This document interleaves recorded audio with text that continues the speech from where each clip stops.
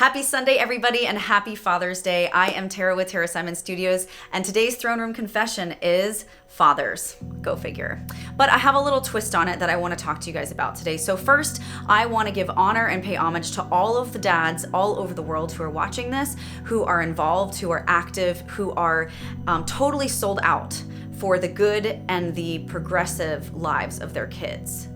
I think that I had a great example of what a father was, and I was so blessed and still am blessed to have a dad who laid down his life sacrificially to provide for me, to know that I was loved, to be involved and not an absentee dad.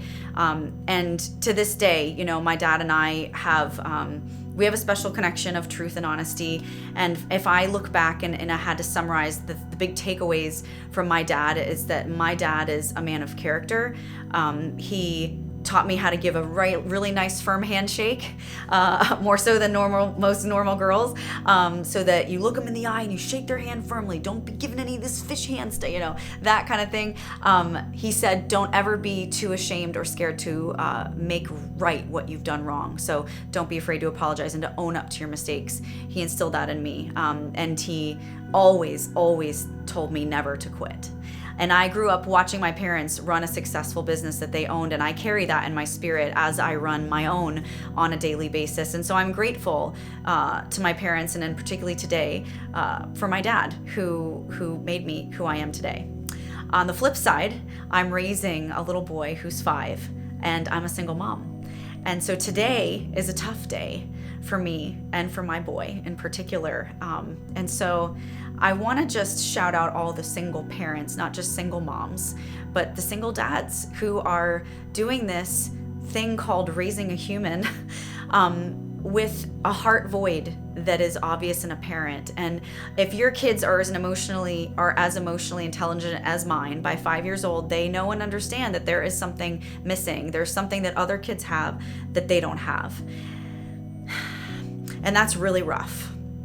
It's really rough. And there is easily a lot of shame that's potentially built into that. And I've really had to work hard and long through not allowing myself to get into a shame storm of this is your fault and your child is fatherless because of you. Because I know that that's not the truth, but that's what the enemy tells me anyway. And sometimes the truth is so much easier to believe than a lie. Recently, my son asked me who his daddy was, who his earthly daddy was. And I couldn't say God because he asked me who his earthly daddy was. And it was a really impossibly tough question, because the story of his biological father is not something that a 5-year-old child should ever need to understand, let alone have the ability to understand. A lot of you guys don't know my story, but and I'm not going to say it all right now, but I had a dangerous departure from his father, and I'm not going to tell him that, at least not right now. And so I told him what I told him, and we sat on the carpet together, and he said, I'm going to find a daddy in church tomorrow. And I said, baby, why don't we both hug right now, and why don't we both pray for God to bring a daddy into your life? And so we sat on the floor, and I held him tight, and I prayed for God to bring him a daddy. And I held space, as painful as it was, and as much as it wrecked my heart, to hold space for his sadness and his longing in that moment. I encourage you as parents, don't brush those conversations aside. Let it linger. Let them know that even though you can't give them the thing that their heart longs for, you can pray for it with them, and you can let them know that they can come to you with any problems that they have. And there is no off limits conversation, and there is no time limit to that conversation. They can be there in that space as long as they need to be, as much as you would love to get out of it as quickly as possible. Give them a cookie or a lollipop and move on with life, because you don't want to deal with your own feelings. And for me, at the end of that prayer, I kind of lost it a little bit, and I cried. And my boy is the most sensitive and sweet little man. And in my household, we have this thing where if you cry, you do this, and the person who's crying wipes their tears on your shoulder. And as I was crying, my little man went like that. for me to wipe my tears on his shoulder, and I did. And it was a really healing moment for both of us.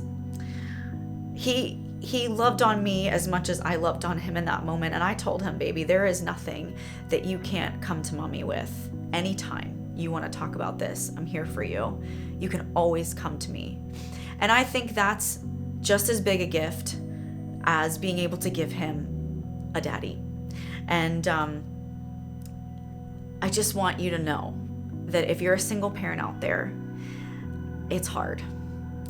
But if you love your kids well, and if you tell them that it's you two, you're a team, it's just you and I, Jaden, until God brings mommy a husband and you a daddy in his own good and perfect time. Mommy's not going to rush it, and you're not going to go looking. We're going to trust God in this.